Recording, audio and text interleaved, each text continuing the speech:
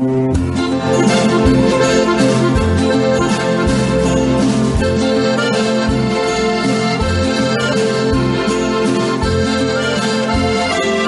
Cadena Ibérica tiene una cita con la historia con Pío Moa y Javier García Isaac.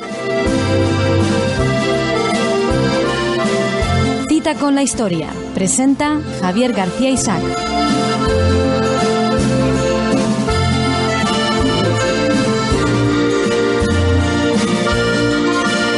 Pues cita con la historia, cita con don Pío Moa una semana más, fieles aquí a su emisora Cadena Ibérica. Y después de los programas que venimos haciendo, esta serie de programas del inicio del fin de la historia, la política eusenia en estas cuestiones, luego hemos hablado de la política soviética, hoy toca hablar de la política de la Unión Europea en la historia, al final de la historia. Don Pío, muy buenas tardes. Hola, buenas tardes. ¿Qué tal? Bien, por aquí andamos. Pues yo, si le parece, don Pío, antes de nada vamos a recordar a los oyentes la urgente necesidad de que este programa siga adelante, sí, pues los fondos se están acabando. Cita con la historia no es un simple programa ilustrativo, sino que quiere ser movilizador contra la falsificación histórica y sobre todo contra su consecuencia, que convierte la política en una farsa dañina y sin gracia.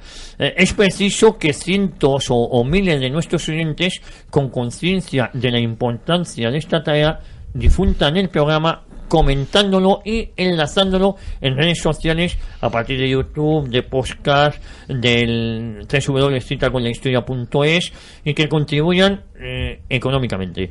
Seguimos con la campaña que venimos varios meses haciéndola de 300 por 20 y hablamos de 300 oyentes que den en su banco la orden de ingresar 20 euros cada mes a la cuenta del programa, que si ustedes me permiten la voy a comentar, que es Tiempo de Ideas Siglo XXI en el BBVA, y que es la siguiente. Si ustedes toman nota, luego la vamos a repetir después de cada pausa, porque es muy importante su ayuda para el sostenimiento y la divulgación de este programa. La cuenta es, el IBAN es ES09, luego iría 0182 1364 33 y por último 020 154 33 46. Voy a repetir de nuevo.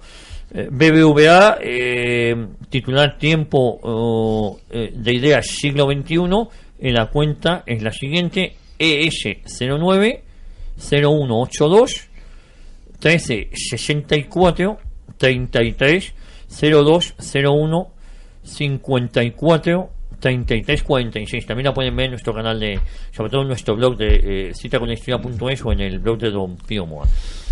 Nuestro propósito es llegar ampliamente a la universidad, hoy tan envilecida, porque es en ella donde sale el pensamiento político y los formadores que opinan públicamente, y esta es una tarea de gran aliento y a largo plazo, pero la estamos empezando desde ya. Yo creo que entre todos haremos que esto vaya adelante, don Pío.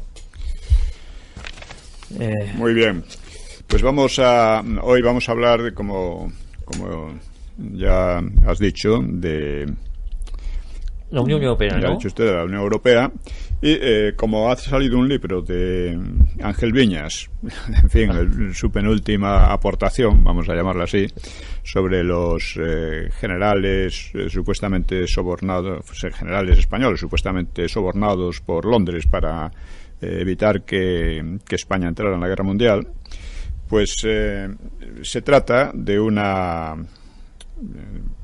en fin, es una cuestión que resurge de vez en cuando como el Guadiana, no sé si con alguna intención oculta.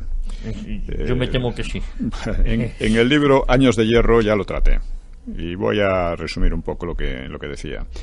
Con Howard como nuevo embajador, Churchill mataba a dos pájaros de un tiro. Impresionaba favorablemente a Madrid y alejaba a un político proclive a la paz con Berlín, a la paz con Hitler, y por tanto molesto para su línea de resistencia. Cadogan, que un alto funcionario del Foreign Office, expresó su cálida esperanza de que los alemanes o los italianos asesinasen a Howard en España. El embajador se llevaba muy mal. El embajador tenía práctica de espionaje y acciones clandestinas. Durante la Primera Guerra Mundial había usado fondos secretos para sufragar el periódico de Mussolini y el Popolo d'Italia, ayudando así inopinadamente al surgimiento del fascismo. En 1935, como secretario del Foreign Office, había maniobrado en secreto con Francia, el pacto Hoare-Laval, para ceder a Italia la mayor parte de Abisinia. Y luego salió a la luz el hecho y debió dimitir. Ya en Madrid, Hoare aceptó un plan de su agregado naval, Hilgard, para, del que habla mucho ahora en la prensa, Hilgard, como una cosa, en fin, para sobornar a 30 altos mandos españoles y usarlos contra el sector belicista. La operación correría a través del financiero Juan March y de una cuenta en la Swiss Bank Corporation. Y, en fin, los sobornos vendrían pretendidamente de empresarios españoles ansiosos de paz para no dar a los militares la impresión de que estaban sirviendo a un país extranjero. March era un negociante sin muchos escrúpulos, conocido como el último pirata del Mediterráneo. Dice que lo dijo Cambó de él, ¿no? Sí. Dice, ya en la Primera Guerra Mundial había tratado indistintamente con ingleses y alemanes austríacos, no dudando, según se dice, en estafar a unos y otros, ¿no?, para aumentar su ganancia. Al comenzar la Segunda Guerra Mundial, ideó aprovechar los mercantes alemanes retenidos en puertos españoles para ponerlos bajo bandera neutral y traficar con América. Ello beneficiaría al comercio español, al inglés y al alemán, pues ofreció a cada uno de ellos, con ignorancia del contrario, transportarle mercancías de tapadillo. Y beneficiaría sobre todo a Juan March, claro. El negocio no llegó a cuajar, pero ilustra las destrezas del financiero. Los ingleses desconfiaban de él, pero utilizaron sus servicios bajo la impresión de que no podían permitirse desperdiciar ninguna oportunidad para que España no entrase en guerra. Entre los generales sobornados estarían Varela, Quindelán, Orgaz, Ponte, Vigón, Solchaga, Tella, Barrón, Espinosa, Yagüe y otros, ¿no? Algunos nombres chirrían, como el del muy germanófilo Yagüe. Era muy partidario de Alemania. El principal de todos ellos habría sido Aranda, el héroe de la resistencia de Oviedo en el 36 y de quien Franco no se fiaba. Londres... Aranda, perdóneme usted, no sé si le vinculaban con la masonería o... Sí, no es claro, puede ser que tuviera alguna vinculación con la masonería, pero llevó a cabo una serie de acciones que en otro país le hubieran llevado al pelotón de ejecución, porque lo habían fusilado, porque claro, era de verdadera traición, tratando de entenderse con los ingleses, ¿no? Bueno, Londres gastó supuestamente la suma de $13 millones en esta empresa, que es una cifra muy alta para la época, y le llamó Caballería de San Jorge, por la imagen del santo en las monedas de oro que habían usado en otras ocasiones para fines semejantes los políticos ingleses, ¿no? $2 millones, que es una cifra fabulosa para el tiempo, habrían ido a los bolsillos de Aranda. Es difícil decir hasta qué punto sirvieron aquellos militares a los británicos, pues varios de ellos mostraron notable germanofilia o prepararon planes de entrada en guerra al tiempo que informaban al gobierno de la supuesta incapacidad española para entrar en guerra en aquellos días. O sea, todo esto es muy bien. ¿Qué hay de todo ello? Bueno, pues Aranda vivió hasta su muerte con una modestia que hace difícil creer en la enorme suma supuestamente recibida. Por su parte, no es que viviera mal, ni en la pobreza, pero no era de ningún de una manera muy normalita, ¿no? Como la mayoría, ¿no? Por su parte, altos cargos ingleses tenían la sospecha de estar tirando el dinero. Uno de ellos, en palabra, decía: esa gente con la que tratamos, o parte de ella, es venal, y por tanto capaz de vendernos a los alemanes, es decir, de recibir el dinero y hacer lo contrario, ¿no? Eden, que el ministro que dirigía la cartera de Asuntos Exteriores, también mostraba escepticismo sobre el rendimiento de aquellas costosas operaciones. Cabe además la presunción de que March cobrara su intermediación con más generosidad de lo estipulado. Para hacerse idea de las intrigas disparatadas de la época, voy a poner otro ejemplo. Eden había expresado su caluroso deseo de la eliminación, en principio política, de Serrano Súñer e incluso de Franco. Y al parecer los generales, supuesta o realmente sobornados, no estaban dispuestos solo a presionar en pro de la neutralidad. En noviembre de aquel mismo año, 1941, en que tenían lugar estas maniobras, el sustituto momentáneo de Howard en Madrid, que se llamaba Jenkins, informaba a Londres de una conjura militar para deponer y hasta fusilar a Franco y a Serrano Suñer. El agregado militar inglés en Madrid creía que prácticamente todos los generales, excepto los que consideraba los tres más incompetentes, que según él eran Saliquet, Serrador y Moscardó, pues que estaban comprometidos en la conspiración, y a cambio de cuyo servicio pedían a la embajada inglesa una generosa ayuda económica. Es muy difícil de creer todo. Claro, ayuda que Londres no estaba en condiciones de otorgar, por lo que el agregado calificaba la demanda de wishful thinking, o sea, pensar con el deseo, pensar lo que uno quiere pensar, ¿no? Sí. No ser realista, dice. Los supuestos conjurados pedían también que el gobierno inglés controlase la prensa de su país para que no exteriorizara alegría por el proyectado golpe, a fin de no alarmar a los alemanes. Esto y los sobornos dejan la impresión de una serie de engaños mutuos, aprovechando el agudo temor de Londres a que España, con Alemania, cerrase el estrecho de Gibraltar. O sea, para Londres es una cuestión muy primordial en aquellos momentos. Por eso hacía todo tipo de cosas, algunas disparatadas como estas, ¿no? No hay constancia de que los generales presionaran especialmente contra la entrada en la guerra. Como fuere, la decisión solo podía tomarla Franco, y por todo lo que sabemos, influyeron en esa decisión, sobre todo los informes de Carrero Blanco, que seguro que no estaba sobornado de ninguna manera, era un hombre incorruptible, ¿no? Pero ya en septiembre de 1940, antes del encuentro de Hendaya, Franco tenía clara la estrategia a seguir y la especificó a Serrano Suñer para las conversaciones de Serrano en Berlín. Decía, hay que considerar dos casos: guerra corta y guerra larga. En el primer caso no habría problema en abandonar la neutralidad. En el segundo solo podía pensarse en entrar hacia el final de la contienda, cuando supusiera los mínimos sacrificios para España a cambio de los máximos beneficios. Y Franco entendía que precisamente la guerra iba para largo. Esta concepción guió su política, que fue tan enormemente beneficiosa para España, sí. Y sin buscarlo expresamente también fue beneficiosa para Inglaterra, a la que libró de un revés extremadamente grave. En resumen, la caballería de San Jorge desempeñó algún papel real. Suponiendo que haya desempeñado algún papel real, solo pudo ser anecdótico y en un contexto de mutuas artimañas entre Londres, algunos generales españoles y el propio March. O sea que realmente entonces, no sirvió para nada. El libro de Ángel Viña es muy pomposo el título, pero no aporta nada nuevo o nada que Realmente yo creo que el único que podría suministrar información fiable sobre todo este asunto rocambolesco sería el propio March. Pero no dejó ninguna que yo sepa, no dejó ninguna memoria del asunto. Por cierto que en USA consideraban a March algo así como un agente alemán. Sí. O sea que los líos eran tremendos y estaban jugando todos un poco a oscuras. Sí. Además, gente que ha tenido ocasión de leer el libro de Viñas me han comentado que tampoco ni aporta recibo ni justificantes de esos pagos, ni que son todo confabulaciones Bueno, Viñas escribe unas cosas cada vez más locas, más enloquecidas, ¿no? Como que Franco asesinó al general Balmes, que era un amigo suyo, en fin, cosas de estas, ¿no? Que además ha sido desmentido de arriba abajo, ¿no? Y aunque se le muestren pruebas, es que no, es igual. Es igual. Él sigue. En fin. Lo que nos toca hoy hablar. Vamos a ello. Don Pío, la Unión Europea, la política de la Unión Europea al final de la historia. Hemos hablado de la política usenia, la soviética, y toca el tema de la Unión Europea. Así vamos trazando un panorama global de la historia en esta última época del mundo, ¿no?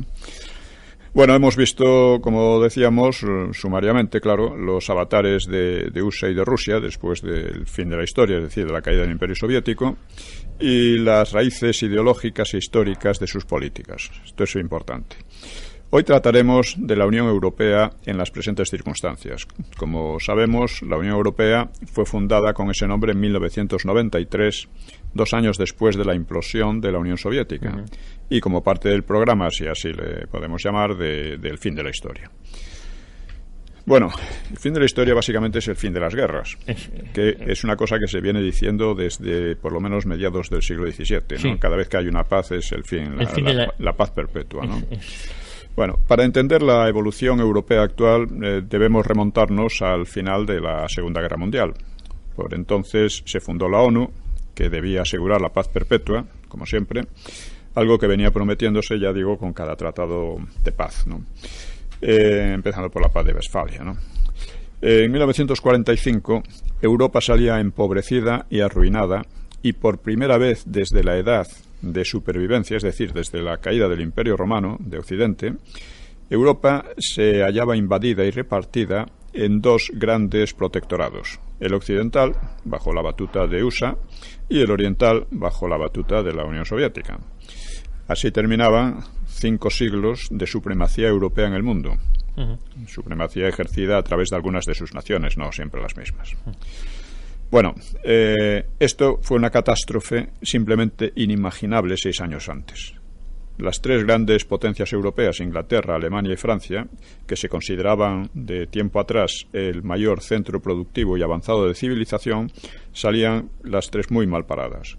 La poderosa y expansiva Alemania se quedó derrumbada con sus históricas ciudades en escombros. Francia, que se valoraba a sí misma como principal núcleo generador del espíritu europeo, estaba hambrienta y semidevastada. Inglaterra era vencedora, pero económicamente estaba quebrada, con racionamiento y endeudada hasta las cejas, y ya convertida en una potencia de segundo orden. Sí. Los demás países, con pocas excepciones, estaban igual o peor. Así que atrás quedaban las políticas de equilibrio de poderes y similares que nunca habían impedido, aunque quizás sí frenado, el belicoso espíritu europeo. Es decir, era un panorama históricamente nuevo, que hacía pensar en el fin de Europa como civilización. Como esto ya lo señalamos en otra sesión, hablando de la decadencia europea, ¿no?, a partir del 45.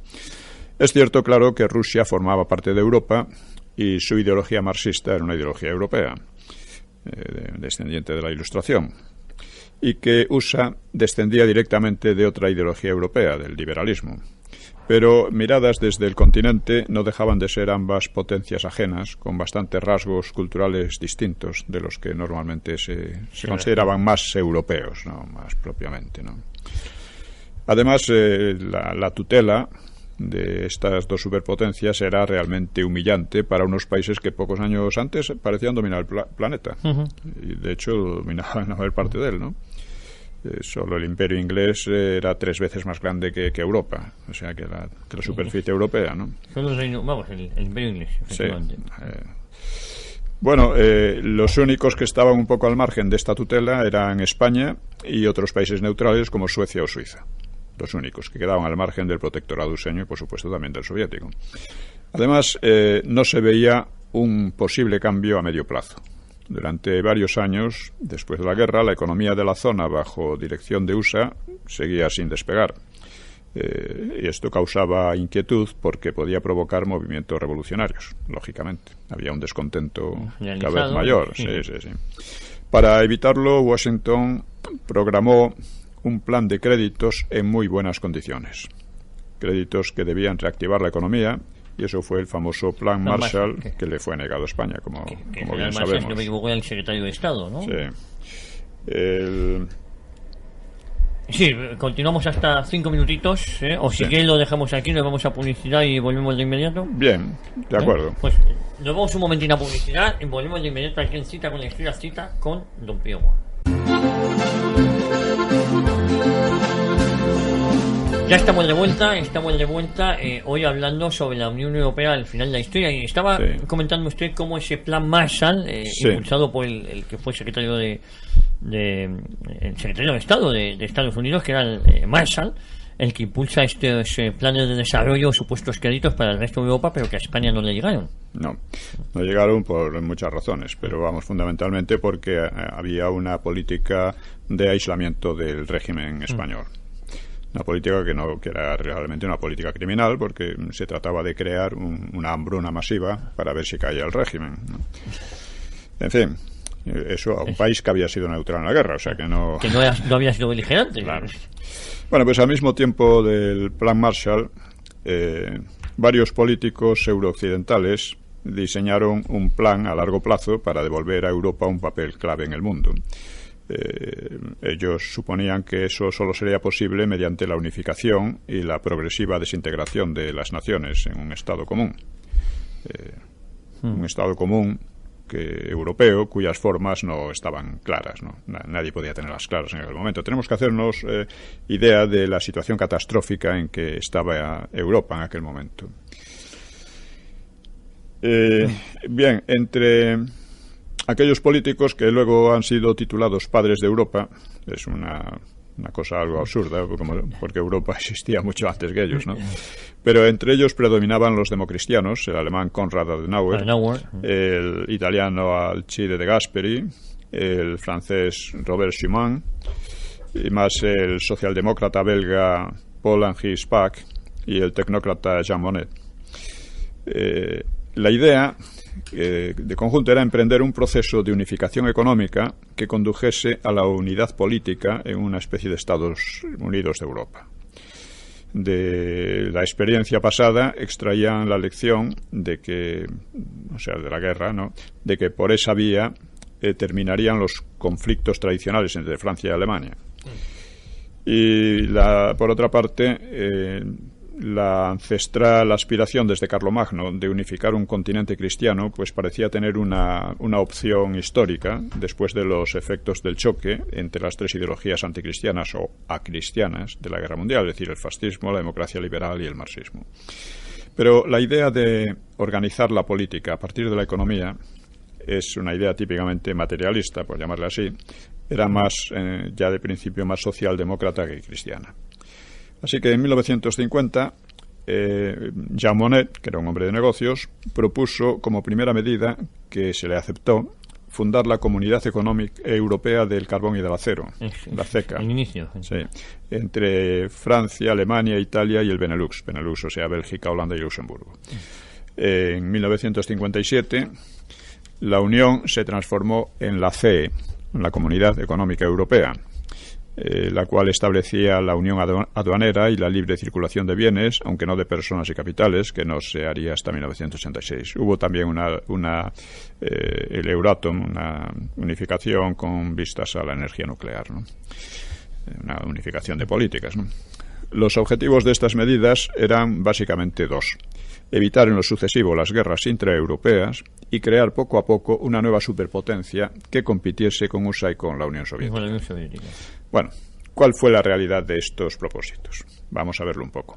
La realidad era más bien que la paz en el continente no se debía a ellos, sino a la tutela militar de USA, que aquellos países soportaban con cierto disgusto, como es lógico, por otra parte, ¿no?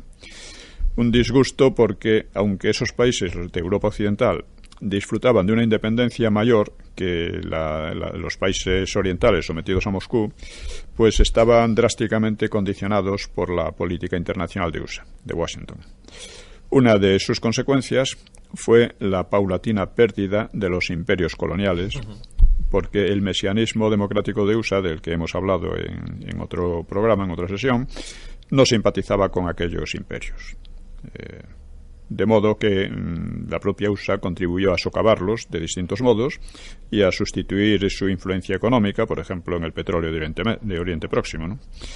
Y cuando las acciones bélicas europeas creaban situaciones perjudiciales para el orden mundial, según Washington lo entendía, pues USA no vaciló en parar en seco a los europeos, como cuando el ataque de Francia, Inglaterra, Israel a Egipto con motivo de la nacionalización del Canal de Suez en 1956.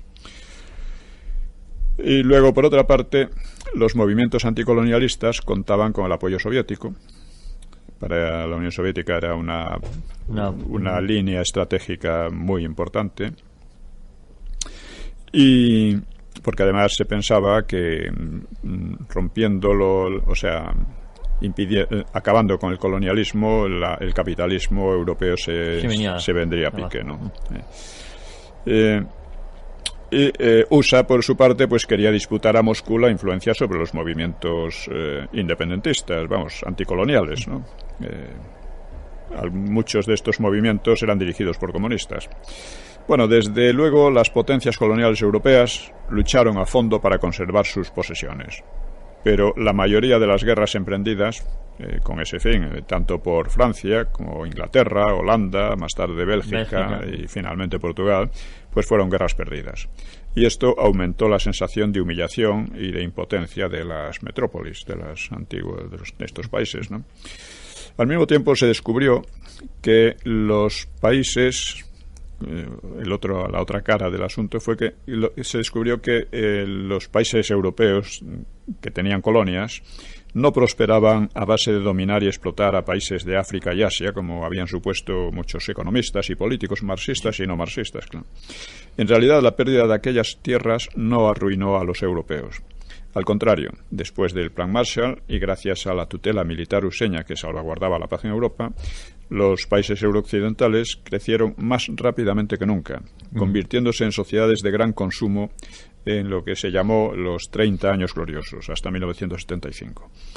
Por otra parte, este crecimiento se consiguió mediante una expansión nunca vista del Estado, lo cual contradecía algunos principios liberales básicos. El Estado tenía que ser lo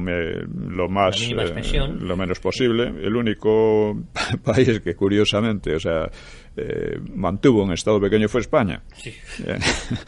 Y siguió creciendo muy bien también, ¿no? Bien, así que la prosperidad vino acompañada de la pérdida de las colonias y de la expansión del Estado, dos cosas con las que casi nadie contaba, ¿no? Como vemos, las teorías económicas se han estrellado a menudo frente a los hechos de la historia y a las necesidades humanas, ¿no? Por otra parte, España también fue capaz de reconstruirse sola, sin Plan Marshall y al margen de la CE, de la Comunidad Económica Europea. Y fue capaz de ir acumulando unas tasas de crecimiento que en los últimos 14 años del franquismo fueron las más altas de Europa y una de las más altas del mundo. También se demostró que la integración en la CE no era necesaria para la prosperidad, porque Suecia y Suiza, que no pertenecían a ella, eran los países más ricos del continente. Es decir, que en todo esto se crean muchos mitos. Muchos mitos porque se ha creado sobre todo la idea de que, por una parte, la CE, el proceso unificador, evitaba las guerras, y no era lo que evitaba las guerras, que además tenían guerras fuera, ¿no? Y por otra parte, que era era absolutamente necesario para prosperar, y no era así. Se demostró que así no era. No, claro. En fin, con esto llegamos. También hay que decir que en los años 40 España y 50 España progresó mucho, a pesar del aislamiento, a pesar de las enormes dificultades, a pesar de la ausencia de Plan Marshall, etcétera, ¿no? Sí, un avance. Porque siempre se dice que no, años de hambre, sí, hubo hambre, sobre todo en los años 40, pero en los años 50 ya desapareció el hambre por primera vez en la historia de España y de Europa, porque en el resto de Europa también había mucha hambre en muchos de estos países. Bueno, pues en fin, llegamos con esto, dando un salto sobre las crisis de 1973 y otras, pues al derrumbe de la Unión Soviética en 1991. Y como hemos dicho, una de las consecuencias fue la transformación de la Comunidad Económica Europea en Unión Europea. Es decir, que esto se producía además en una nueva situación mundial que parecía eliminar la necesidad del paraguas militar useño para Europa, pues ya no había enemigo al este, ya no estaba la Unión Soviética, y parecía también justificar el diagnóstico de Fukuyama en una nueva situación en que la tarea fundamental y casi exclusiva de los gobiernos tendría carácter económico. Esto lo hemos visto hace varias sesiones antes, ¿no? La CE había respondido fundamentalmente a su título. Era una gran zona económica en la que en conjunto se habían beneficiado todos sus países miembros, sin duda alguna, ¿no? Pero la Unión Europea trataba de ir mucho más allá, de pasar del libre intercambio económico, estableciendo o tratando de establecer una política exterior común y la cooperación judicial y policial entre los países miembros, con un designio bien claro, ¿no?, de avanzar hacia una mayor unidad y centralización política. En el curso de este movimiento, las soberanías de los estados irían siendo absorbidas hasta hacer desaparecer las naciones a efectos prácticos. A efectos prácticos se convertirían en regiones de un estado superior, con el inglés como lengua de comunicación. El inglés que a la larga iría desplazando a su vez las lenguas nacionales a una posición secundaria política y culturalmente, incluso a hacer desaparecer algunas, claro. Esta tendencia es bien visible en la actualidad, por otra parte. En 1999 se decidió la moneda única, el euro, aunque países como Inglaterra, Suecia y la mayor parte de los antiguos satélites de la Unión Soviética no se han integrado en ella, ¿no? Al fundarse la Unión Europea en 1993, sus Estados miembros eran 12, entre ellos España, y en 1995 se ampliaría con 3 más, Austria, Finlandia y Suecia. En 2004 se incorporaron 10 miembros más y otros 3 en 2007. En teoría, la Unión Europea debería evolucionar hacia un nuevo Estado con aspiración federalista, imitando a USA, con una constitución única y una política única en todos los terrenos y una moneda única, si bien con cierta autonomía de las naciones que irían progresivamente y convirtiéndose en regiones, prácticamente, ¿no? Sí, perdiendo su identidad. Sí, su identidad nacional, ¿no? Era un proyecto realmente lleno de dificultades, porque la tradición, la cultura y la historia europeas tenían muy poco que ver con ese plan. Bueno, pues pese al éxito aparente de las ampliaciones, porque parecía que todo el mundo quería entrar en la Unión Europea, los problemas se han ido acumulando. El euro suponía la pérdida de soberanía monetaria y los países en posición económica más débil salieron perjudicados, como España, ¿no? El intento de imponer una constitución única, que fue un elemento fundamental para el designio de la Unión Europea, fracasó en 2006. Y es importante que veamos cómo fue. Se trataba de una complicada regulación, en el sentido antes descrito, o sea, de ir a una unidad creciente, y basado, según declaraba, en la herencia cultural, religiosa y humanista de Europa. Era una declaración sumamente vaga, que no especificaba qué herencia religiosa era aquella, es decir, el cristianismo, que es a su vez raíz de la cultura europea y del concepto del ser humano a lo largo de siglos en Europa, ¿no?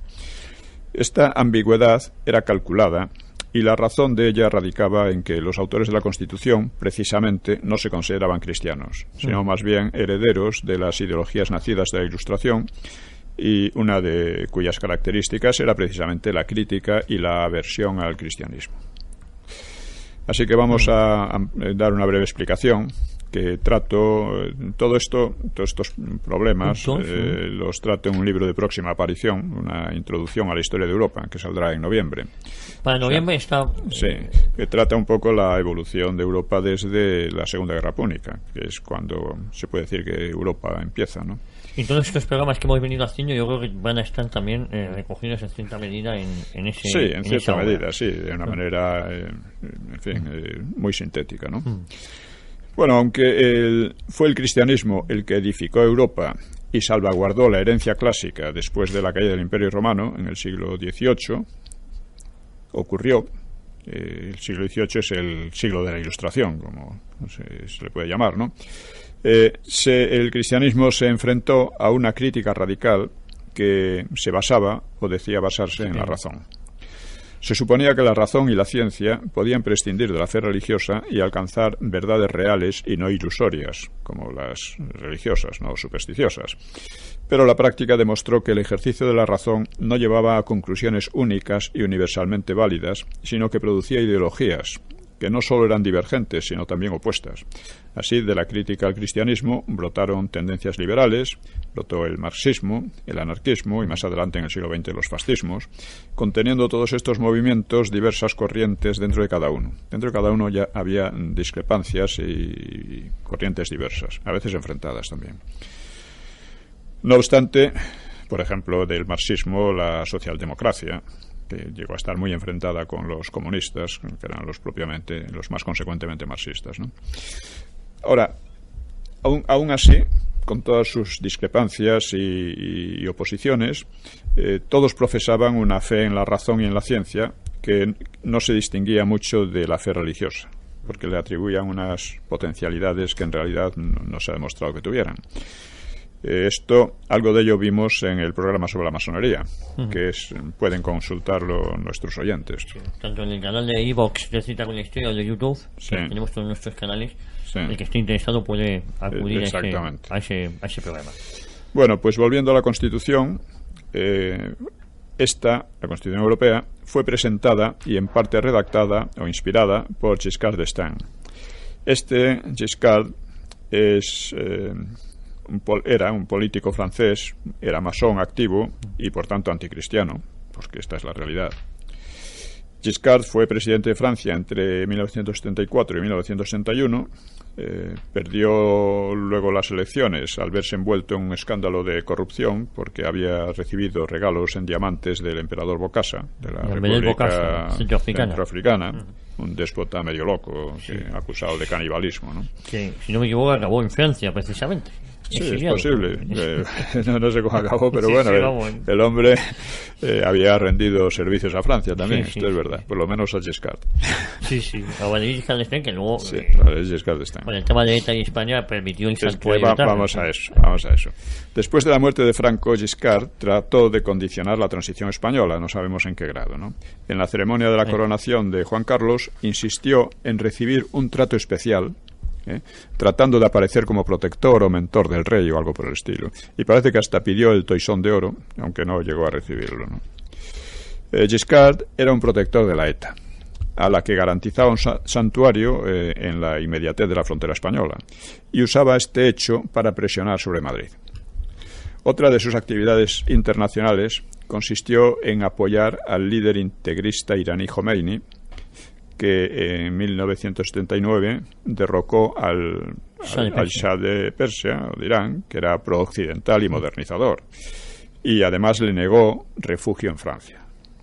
El pobre Shah tuvo que andar peregrinando de muy mala manera de un lado para otro, amenazado. Expulsado de Estados Unidos. También murió en Egipto, si no me equivoco, o por lo menos está enterrado ahí, porque yo he tenido ocasión de ver su tumba en Egipto. Bien. Es posible, bueno. Estuvo deambulando. Sí.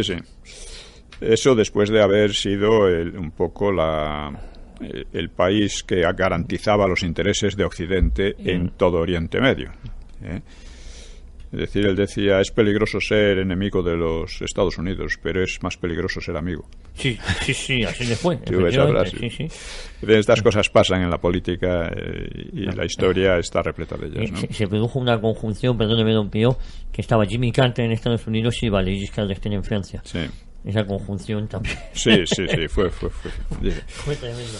Bueno, pues el caso es que lo que hizo Giscard d'Estaing fue ayudar a imponer en Irán una clerocracia islámica en nombre de la democracia. Y por efecto de estas políticas, estos escándalos, pues en 1981 perdió las elecciones y fue sustituido por Mitterrand, el socialista en la presidencia de la República, ¿no? No obstante, a pesar de ello, Giscard continuó con una vida política muy activa, como uno de los grandes promotores de los Estados Unidos de Europa. Fue presidente del Consejo de Municipios y Regiones Europeas en 1997, fue presidente de la Convención Europea en 2001, que era un órgano dedicado a promover reformas legales y a elaborar precisamente la Constitución. La Constitución fue presentada en 2003 y aprobada por casi todos los parlamentos, lo que animó a someterla a referéndum en varios países. Se recordará el referéndum español de 2005 como una obra maestra de la antidemocracia. La pregunta ya era extraña. ¿Aprueba usted el tratado por el que se establece una Constitución para Europa? La inmensa mayoría de los españoles no tenía idea del tratado ni había leído el proyecto de Constitución, pero se hizo una fuerte campaña, gobernando ya Zapatero, para que la gente votara sí a ciegas, como algo que presuntamente muy positivo para España, porque lo decían los expertos. Sin decir en qué consistía ni nada. Usted quiere aparte sí o no, me da igual, ¿no? Pero... Aparte de que es un lenguaje ininteligible para la gran mayoría de la gente, ¿no? Bueno, pues el 58% del cuerpo electoral se abstuvo y del 42% que votaron, el 77% dio el sí. Es decir, el Tratado de la Constitución fue aprobado con un pobre 34% de los ciudadanos. Y eso que se trataba de un documento fundacional y fundamental. Pero estas cosas pasan. Pasa como con el Estatuto de Cataluña, ¿no? Pero el resultado fue considerado un éxito y Zapatero pensó que su hazaña se repetiría en los demás países. Recordamos cuando fue allí a Francia, l'Espagne vote oui, la France vote oui, l'Europe vote oui. Hablaba un francés muy peculiar. Hay algún vídeo muy interesante de un discurso que dio en la Asamblea Francesa, ¿no? Muy gracioso. Sí, dice, Monsieur le député, empezaba así. Era un hombre atrevido. Sí, ese es el problema, que la ignorancia es atrevida. Bueno, pero el referéndum se repitió en Francia, donde fue rechazado, y en Holanda, donde también lo fue. Con lo cual, España quedó en el ridículo más espantoso, ¿no? Por consiguiente, la Constitución... Es verdad que hacemos seguidismo de políticas y luego nos dejan. Vamos a hacer la última parada publicitaria, Don Pío, y continuamos aquí en Cita con la Historia, Cita con Don Pío Moa, hablando sobre la Unión Europea al final de la historia. Bueno, ya estamos de vuelta en Cita con la Historia, Cita con Don Pío Moa. Nos habíamos quedado en esto de que España mucho referéndum, pero solo se aprobó aquí en el resto de países donde fue sometido a Francia y tal. A partir de ahí ya dijeron no vamos a seguir porque la cosa puede ir muy mal, ¿no? Se inició un periodo de reflexión, etcétera. Bueno, por consiguiente, la Constitución fue retirada y fue sustituida por el Tratado de Lisboa en 2007. El Tratado de Lisboa venía a ser lo mismo que la Constitución, como señalaron muchos, y es la verdad, ¿no? Pero ya sin el peligro de referéndums populares. Era una cosa que decidían los parlamentos, los dirigentes, los parlamentos y tal, y se acabó, ¿no? Ya no se votaba. Bueno, el Tratado de Lisboa avanzaba en la misma dirección, aumentando la autoridad de las instituciones de la Unión Europea en detrimento de las soberanías nacionales, con textos ilegibles e incomprensibles para el gran público, llenos de grandes frases. Es una cosa que claro, mucha gente denunció eso, ¿no? Estos papeles al final nadie sabe a lo que va. O sea, se sabe a dónde van, pero lo que dicen no está nada claro, ¿no? Es decir, se imponían burocráticamente tratados cuyo contenido real escapaba a la opinión pública. No obstante, Irlanda sí hizo un referéndum sobre el Tratado de Lisboa en 2008 y salió contrario. Por lo tanto, se obligó a un segundo referéndum tras una campaña de presiones económicas y de todo tipo, hasta que salió un apoyo implícito al tratado, autorizando al gobierno a firmarlo sin respaldo popular, sin respaldo de referéndum, ¿no? La creciente burocratización de la Unión Europea, su acción sin tener en cuenta ni las tradiciones europeas ni la aprobación popular, ¿no? Ha motivado mucha protesta, ¿no? La participación popular en las elecciones al Parlamento Europeo no ha cesado de bajar, situándose por debajo del 50%, lo que le resta credibilidad y representatividad democrática. Pero no por ello deja de fabricar constantemente leyes de todo tipo, sobre las que los ciudadanos carecen de control. De manera creciente, las señas de identidad de la Unión Europea van haciéndose más y más anticristianas y más contrarias a las tradiciones y cultura europeas, por ejemplo, promoviendo el homosexismo, el debilitamiento de los lazos familiares, el abortismo y al mismo tiempo la inmigración, en particular de países islámicos, que ya son importantes minorías en varios países. Y estos tienden a agruparse, los islámicos, en barriadas donde la ley del país no rige o rige solo a medias. Esto es una tendencia que estamos viendo constantemente, ¿no? Asimismo, la Unión Europea no fomenta una cultura europea, pese a sus declaraciones, sino lo que llama el multiculturalismo. Es decir, fomenta otras culturas que a la larga y ahora mismo están minando la cultura europea o las culturas europeas y transformándolas en otra cosa. El propio término Unión Europea no deja de constituir una suplantación, pues una gran parte de Europa, empezando por Rusia, no pertenece ni parece que vaya a pertenecer a la UE, ¿no? Estas políticas y tendencias están despertando, como digo, creciente malestar, obligando a los gobiernos a reconsiderar algunas políticas. Dos países que destacaron en su oposición al yugo soviético, Polonia y Hungría, se están rebelando cada vez más contra los dictados de Bruselas y sus tendencias anticristianas. El antiguo disidente soviético Vladimir Bukovsky, muy respetado por el valor de sus denuncias, que le valieron persecuciones en la Unión Soviética, ha expresado las más duras críticas al modo como está evolucionando la Unión Europea. Bukovsky advierte que se está creando un monstruo de tendencias cada vez más totalitarias y con grandes semejanzas con la Unión Soviética. Dice, los dirigentes de la UE están introduciendo más y más ideología. La Unión Soviética era un Estado gobernado por la ideología. La actual ideología de la UE es socialdemócrata, estatista e impuesta como corrección política. Observo con atención cómo se difunde la corrección política convirtiéndose en una ideología opresiva. Y dado que es buen conocedor de la Unión Soviética y de la UE, citaremos sus comparaciones entre los dos sistemas. Dice, 1. La Unión Europea está formada por 2 docenas de personas que se nombran mutuamente y sobre las que los europeos no votamos y no podemos echarlos. Creo que se refiere al Consejo Europeo. Al Consejo Europeo. El Consejo Europeo, que son los presidentes, los jefes de gobierno o de Estado de los países miembros, que son unos pocos, que no han sido elegidos nunca para eso, pero que son los que están instrumentando y organizando e impulsando las medidas. No hay que confundir el Consejo Europeo con el Consejo de Europa. El Consejo de Europa es otra cosa que no es ajena a la Unión Europea, aunque muy vinculada, y que incluye a prácticamente todos los países europeos, incluyendo Rusia y Turquía. Es decir, es otra cosa. Es otra cosa que nada tiene que ver con eso. Que tiene menos peso inmediato, ¿no? En segundo lugar, dice...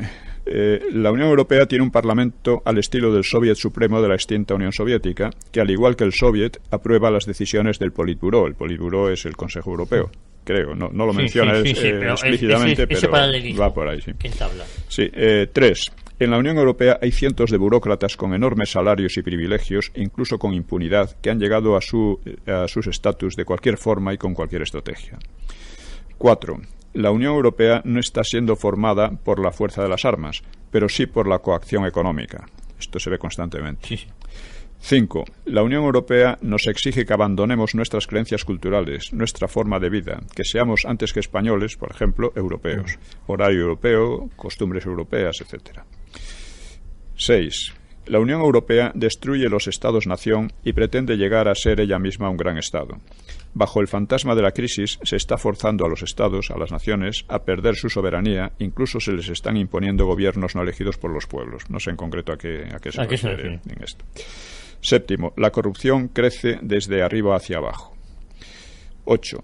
El Gulag, de hecho, hay una imposición porque, claro, muchas veces el triunfo en unas elecciones depende de la cantidad de dinero que pueda gastarse un partido u otro, y esto puede ser condicionado de muchas maneras, ¿no? Dice, la corrupción crece desde arriba hacia abajo. Bueno, esto es verdad. En España lo vemos claramente. 8. El Gulag de la UE es el ostracismo, la muerte civil. Es verdad, no te meten en un campo de concentración, pero te pueden reducir a la nada, a la marginalidad. Totalmente, ¿no? Que es lo que están intentando hacer con nosotros. Todo se ha dicho, ¿no? Dice, no hay libertad de expresión. Los medios de comunicación omiten aquello que interesa al sistema que no se sepa. De hecho, este programa está diciendo unas cosas que no las pueden oír en los grandes medios. Medios generalistas, no. Para nada. Los candidatos a las opciones políticas también. 9. La Unión Europea se dirige a un Estado federal. En las repúblicas soviéticas era para fortalecerse contra una supuesta guerra. En Europa nos engañan y dicen que es para fortalecernos contra el ataque financiero, aprovechando la crisis, ¿no? 10.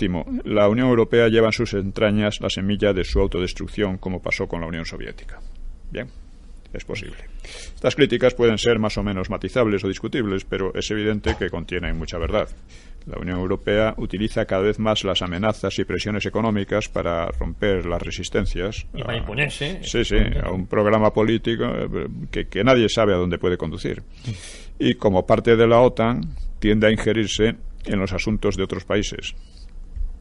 Por ejemplo, propiciando derrocamientos y participando en varias de las intervenciones de USA, en las primaveras árabes, de que hemos hablado, o fomentando la guerra civil en Siria o en Libia, que han convertido a países que eran estables en un caos sangriento. Una de las consecuencias que sufre Europa es precisamente, consecuencia de esta política, ¿no? Es precisamente una oleada de refugiados que se está convirtiendo en un serio problema, sobre todo en Alemania, donde crece la resistencia a unas políticas que a la larga pueden hacerse sumamente peligrosas.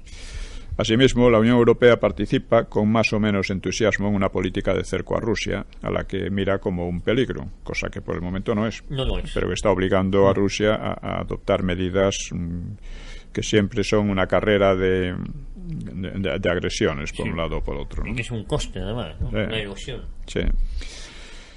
Precisamente estas tendencias han motivado la salida de Inglaterra, porque parece que los ingleses son poco proclives a ceder más y más soberanía a unos poderes burocráticos poco controlables. Y ello ocurre a pesar de que culturalmente es Inglaterra la gran ganadora, con la adopción de hecho del inglés como lengua oficial. Sí, se va a producir, don Pío, si me permite una paradoja. Está el Reino Unido fuera de la Unión Europea y se mantiene como idioma oficial. Sí, bueno, y es que así es y así será. La Unión Europea y los partidarios de la Unión Europea presionaron en el referéndum con amenazas económicas, según las cuales la salida de la UE significaría el empobrecimiento y la miseria para los ingleses, ¿no? Parecía plantearse así el dilema bíblico de Esaú y Jacob, el derecho de primogenitura, es decir, el mantenimiento de la soberanía, o el plato de lentejas. Si queréis ser soberanos, vais a empobreceros, ¿no? Más o menos es el mensaje implícito, ¿no? Que se sigue... Sí. Los agüeros están amenazando que el Reino Unido se va a hundir de un momento a otro. Sí. Los ingleses han considerado que sus derechos son lo primero. Y por lo demás, las amenazas económicas parecen poco serias a la mayoría de los ingleses, porque Inglaterra se ha mantenido perfectamente fuera de la Unión Europea, como Suiza, por ejemplo, y puede seguir haciéndolo. O sea, antes de entrar en la CE, Inglaterra era un país próspero y se mantenía bien, ¿no? Hay que recordar asimismo que España se desarrolló de forma mucho más intensa, más sostenida y más sana cuando estaba fuera de la CE y luego de la UE que dentro. Desde hace muchos años la economía española se viene desarrollando entre grandes altibajos y crisis, y siempre con una tasa de paro muy elevada. Así que estas amenazas no son demasiado fundadas. Sí, por supuesto, habrá problemas, eso es indudable, pero yo creo que en poco tiempo se irán resolviendo. En España apenas existe hoy un espíritu comparable al de los ingleses. Por el contrario, lo que llaman europeísmo es aquí una forma de intentar disolver a España. El actual ministro de Exteriores ha hablado tranquilamente de entregar grandes toneladas de soberanía a la burocracia de Bruselas y nadie le ha dicho nada, todo el mundo de acuerdo, ¿no? Y ese es el programa tanto del PP como del PSOE o de Ciudadanos. Podemos quiere imitar más bien, no sabemos si a Venezuela o a Irán. Yo decía que a Dinamarca. Están muy lejos. Sí, eso es como todos quieren imitar a otro país que no sea España. Sí. España cualquier cosa menos España. Ni reivindicar su historia. Y es como la historia de aquellos que, no sé si un militar que quería hacer, no sé si de algún país sudamericano, la Suiza de América. Y le decían, pues sí, pero ¿dónde están los suizos? Sí. Aquí los de Podemos no son daneses, ni los otros. En ese programa entra una activa campaña para ir sustituyendo al español por el inglés como lengua de cultura ya desde la enseñanza primaria. Pues el argumento que escriben es que el inglés es la lengua de la ciencia, de la economía, del arte, de la moda, de la publicidad, etc. El propio ejército es concebido actualmente como una rama auxiliar del ejército useño, dentro de la OTAN, con el inglés asimismo como lengua superior. Sí, tenemos tiempo todavía para ir finalizando. Sí. Estas ya terminamos enseguida. Sí. Estas son evidencias que casi nadie quiere tomar en cuenta, pero que van en una dirección que se combina con el aumento de los separatismos. Es decir, es el descrédito de España. España no, hay que hacer otra cosa, lo que llaman europeizarse, ¿no?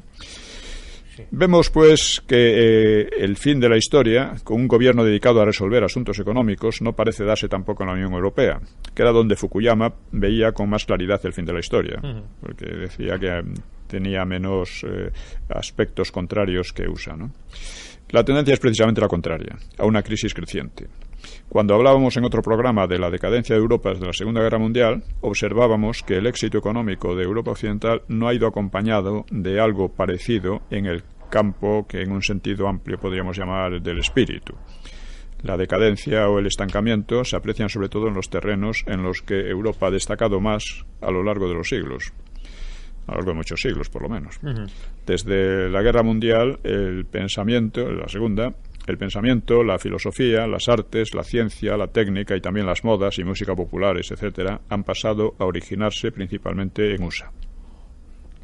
Y Europa lo que ha hecho ha sido más bien imitarlo, o seguirlo, todos estos movimientos y tendencias, ¿no? Con más o menos matices y con poca originalidad. Eso es.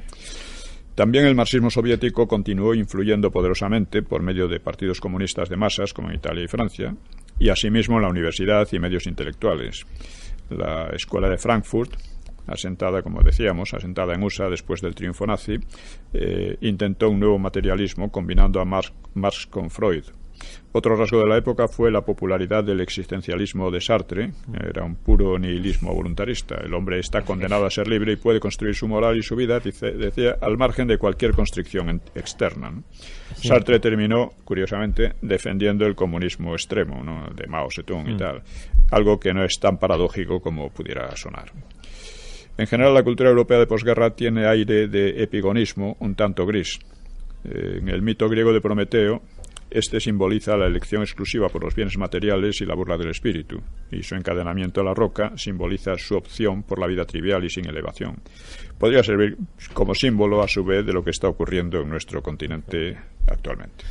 Pues, don Pío, no hay tiempo para más. Si quieres, sí. Bueno, es repetir el llamamiento del principio. Eso es. Cita con la historia quiere crear una corriente activa y crítica contra la falsificación del pasado, que es la raíz de las aberrantes políticas actuales. Seguimos con la campaña de divulgación y con la de 300 por 20 para financiar el programa. La cuenta es, la repetimos, Tiempo de Ideas siglo XXI en el BBVA, y es ES09 0182 1364